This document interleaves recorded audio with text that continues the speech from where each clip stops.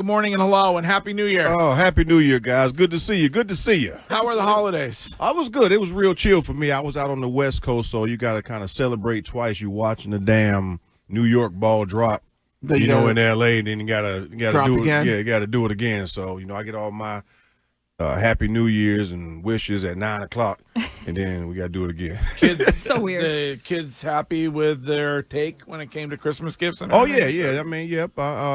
Everybody, I need to sell some vodka. I'm broke on December. I got 2 birthdays and Christmas, so, yeah. So go out and buy a bottle. Got to move some vodka. Definitely got to move some Corvus. Yeah. Well, that appearance that you and Wiggy did Sunday will probably help. Oh, yeah. Get a little something. Nice little turn. Did Wiggy bring his own autographed 8x10s? Or how did that go?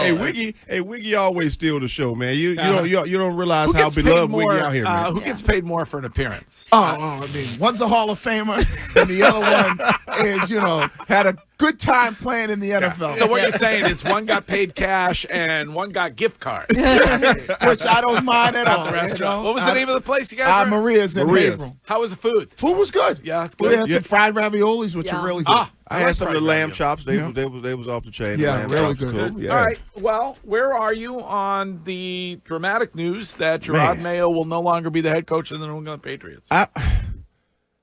Look, I'm all for giving a man a second chance because I think he didn't inherit a great team. So, you got a rookie quarterback, a rookie head coach, and he was handpicked by Mr. Kraft himself.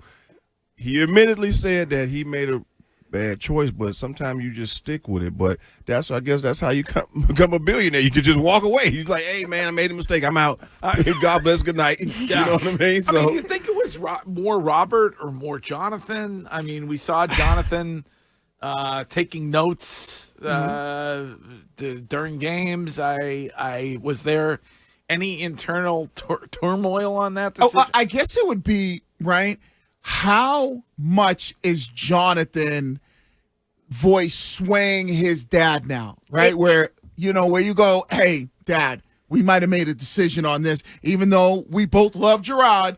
I mean, we gotta pull the plug. It has to be a lot because he will be the owner That's what eventually. I'm saying. He will be there, and I think it's a collective decision right now. Even though Mr. Kraft is the final nail in whatever coffin is going to happen there, but John definitely has the influence, and like you said, he's going to be running the team, at some point. So, I mean, it's just a bad look. It's a dirt dog way of doing somebody that you claim to love. You agree with Wiggy that it's a bad look on the organization, essentially on Robert Kraft? I don't think that he should have. Man, you hired him. So what were the expectations when you hired him in the first place? Did you really thought you was going to the Super Bowl? I gave you 500, so I was wrong because I was like, you guys said he's not getting 500. I was like, man, you got to get half the damn game. But so you were disappointed. I was disappointed. Yeah, you felt like with that roster, with Drake May, he should have at least been 500. Is what you would. That's what I was hoping for. They shouldn't have got worse. I mean, I've been saying this for a while. They were regressing, not progressing. But their over and under was 4.5. Yeah. Honestly, you said it perfect, Greg. Week 1 was the best week. Right. Yeah. But remember, the over and under was 4.5. So there were a lot of people, myself included, you and I, Greg, at the beginning of the year were like, I took the under. Me too. So and I get they were regressing at the end of the year and it looked bad, but we've talked to Mayo, and there was probably a lot of mistakes that he was learning from that you would think maybe in year 2 you don't make those same mistakes. What was Belichick's first year? I mean, we didn't go 5 I hate 5 stop games. with this stupid argument. We went 5 and 11. I don't know. Dan Campbell. I was there. It was 4 wins. So that's what I'm 5 saying. wins. But the point I'm saying is, you give him another chance because I'm like, what did he do different than a lot of other coaches did? You made the decision, let him bring his own guys in there. That's just my opinion. You know what I mean? You brought him in there. So now, guess what? You're going to move back 5, 6, 7 more years before you get another opportunity. Curtis, you have the floor. I would just say, who would you rank in order as the reason this team was 4-13 again? Because for me, number 1 is Robert Kraft. He did not invest in the offseason. He did not invest in the staff for Jerod Mayo. Number 2, Elliot Wolf. Yep. Number 3, whoever told Jerod Mayo he couldn't start Drake May week 1. Probably Elliott Wolf, so he'd be So there. And then I might get to Jerod Mayo at 4. Yeah. Well, So and I got 5, and it's a whole bunch of people in 5. Every 53 people on that damn roster, they wasn't good. Let's call it like it is. Right. I mean, they didn't have a good roster. The cards were stacked against him when you talk about from a roster configuration standpoint. Hold on, though. It's not really your place to criticize guys who play on that team. Well, as a former player, I think I qualify a little bit. I mean, I'm a G14 classified. Sometimes they just gotta know the place. You're not going to be booing guys, are you? Hey, What as did a fan? Can I just ask you in general about Jelani Tavai on this show? And did you object to fans booing when you were playing in the NFL? No, I mean, if you pay your hard-earned money, you got a right to boo, criticize, or do whatever you want. Just like, from a media standpoint, that's the job. We can say things that people may not want to hear, Right. or they want to hear. But as a fan, to tell fans that come to see you to put money in your pocket to not boo or don't cross the line. Right. First of all, who the hell are you? I wouldn't say that. I mean, I'm like, when I'm sitting there looking at him, like, who is this guy? Did he make any plays? No, he's playing like certain people ain't even qualified to say so. Like, let's call it what it is, man. What's his name? Jelani, whatever. Jelani, whatever. Yeah. You ain't really that qualified to be able to make those type of statements. But the people Well, he said that he yelled back at fans too. Yeah, that's what I'm saying. How you gonna yell back at a fan? You mean you happy to be in the locker room and be there? To be honest with you, yes, they can't do what you do or what we did, but to come out and say something like that when fans come and pay their money, man, let them boo. Especially when you're playing like ass, though. There's a certain line you don't cross, like about like maybe talking about the wife and the kids. But when you're playing like ass and somebody criticizes you, I was always from the world of, you have the right to boo me, and if I could boo me, I probably would boo me too. You damn right. That's some games I would have booed me too. You know what I mean? You can't even take it personal. Yeah. When you're playing like that. But don't you give Jerod Mayo credit for the fact that finally, in the final week of the season, he learned how to successfully bench a guy? Yeah. Yeah. But those are the things that I was hoping that he would learn from his mistakes and say, okay, here's what I need to do different as I self-evaluate all offseason. But Kraft not even given that opportunity. I don't think Curtis, I'd be interested in your opinion on this. I don't think he sat him for the first quarter because of the original comments. I think he sat him because Jerod Mayo told everybody that they were dealing with it internally, and then he went and doubled down on it after practice and said, you can't be a critic, and I don't come to your job and tell you what you're doing wrong. Yeah. It's unbelievable. You don't have that type of job. But that's a different type of job. If the Patriots spend this offseason, if Robert Kraft, and they have to, we all believe they will because of compliancy with being compliant with the NFL CBA, then doesn't that even make the firing look worse? Like, you say you love this guy like a son. You knew 5 years ago he was your guy. And now you invest both in the staff and in the roster after you knew it wasn't going to be resolved in year one. Right. Like, won't the questions just say, why wouldn't you have just done this for Jerod? Right. He would be like, hold on about this son stuff, too. Well, guess what? Tom Brady was a son, right? That's true. right. William McGinn. Hey, I was the second son, because I was the second draft pick. I was always the second son after Willie. Guess what?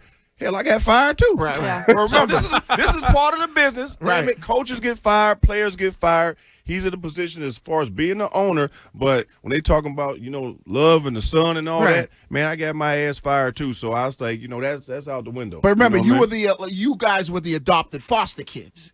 Now everybody ain't gonna get the same type of love. Yeah. That that the real kids. But and that's why I don't tell me that. Like, you don't need to tell me how much you love me and I'm like a family member. Just keep it honest with me, and that's where I think Robert went wrong.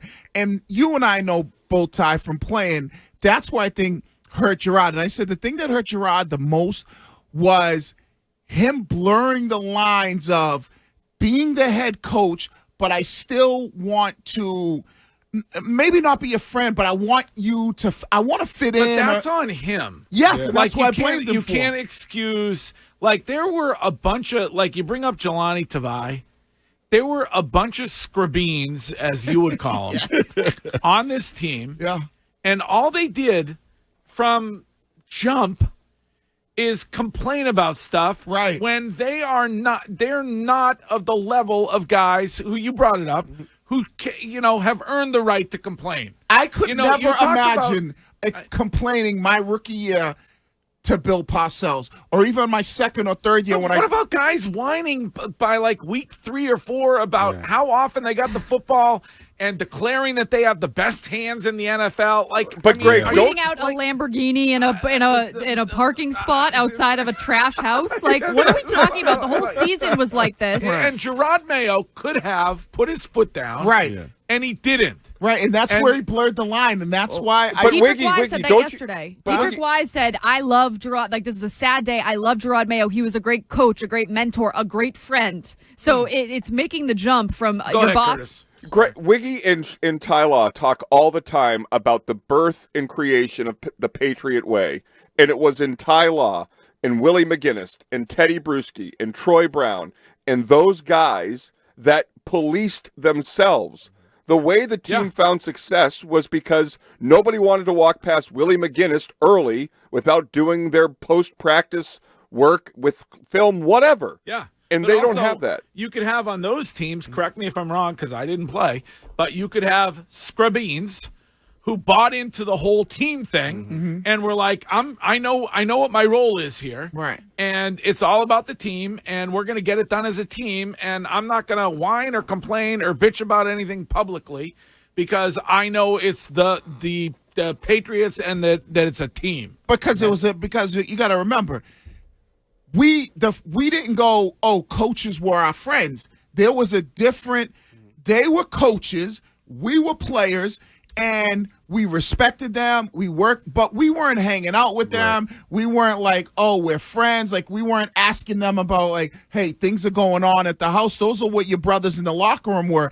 And the coaches, there was no gray line. And I think that's the problem sometimes with some of these coaches today is they cloud the line of being the coach, but also being your friend. Right. I agree with you on that, Wiggy, but I also think that when you coach under Belichick, look at the coaching tree. Everyone tries to be like Bill. I had a situation in New York where Eric Mangini, who was my DB coach, and I came and I'm like, "E, you trying to be like Bill?" I straight up told him, I was like, "You're trying to be like Bill." I said, "Be yourself."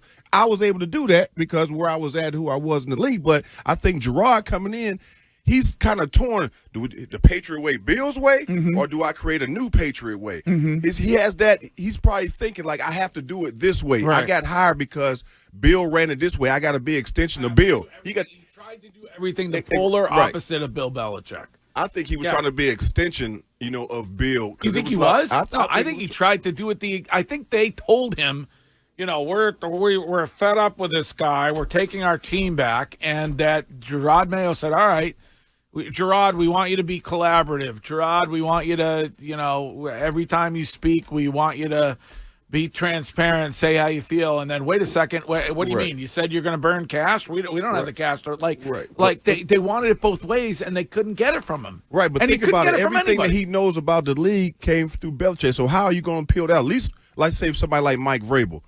He never coached under Bill Belichick. So he went and got his coaching experience elsewhere. He played, which that might be an advantage to if he was to come here because he remembers the old school. Because I'm sitting there rooting for Mike Vrabel. I'm saying it right now. I'm rooting for Mike Vrabel. Right. Everybody, you want Mike Vrabel? I would love to see Mike Vrabel because why? He did not coach under Bill Belichick. So, and he's going to remember what the old Patriot way was and how we did things. He's going to have credibility as a 3-time Super Bowl champion. And like I said, he didn't coach under Bill. Okay. He got all his stuff somewhere else. Jerod played under Bill. He coached under Bill. So it was an extension of Bill no matter what you look at it. Mike Vrabel was coming with his own identity and saying, look, I'm here. He can look at everybody out there. Ain't none of you guys champions. Okay, so that's good stuff. So you think Mike Vrabel is the guy because he knows the way things were done here as a player. Yep. But he's not, if you think any of Bill's stuff is bad stuff, he's not influenced by that. No, he's not going to be influenced. From a coaching standpoint, no.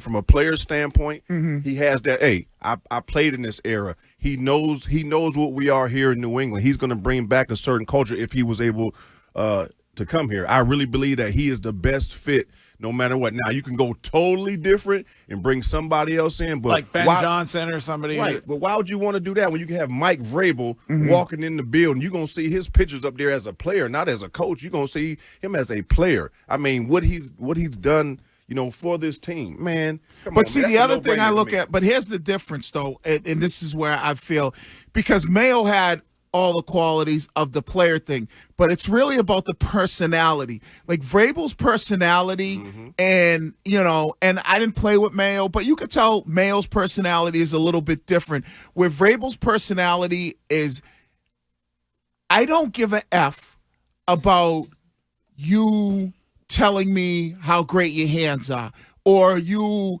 telling me how much playing time will you want. Where I think that where Mayo came in, his personality is like, hey, listen, I understand, guys, how it is. I understand the difficulties of being an NFL player. And, so he handled, and it can work, but I think in some cases he handled guys a little bit more coddling of them, of saying, hey, everybody got a voice. Yeah. Where I don't think But Wiggy, don't you think that was impacted by the way the organization dealt with, say, Matthew Judon? Because we all believe that was the beginning of the end during training camp. Yeah. We talked about it at the time. Yes. Remember that? Yeah, I mean, Matthew Judon is dressing him down in front of everybody and embarrassing him, and he's like, "Hey, he has a right to speak." No, he don't. First, some things you don't do and you don't tolerate. If that was to ever happen with Coach Belichick in the public setting, he'll handle it, and you might not be there the next day, depending on who you were. Yeah, you know what I mean. So I just think that from a player's perspective, I don't know if he garnered the respect that he should have as the head coach, and he might have been too cool of being like with the players. Because look, Belichick was always cool. You can sit around and you can talk to him outside of football, real cool. But you always understood that he kept that level of separation as the coach. You know what I mean?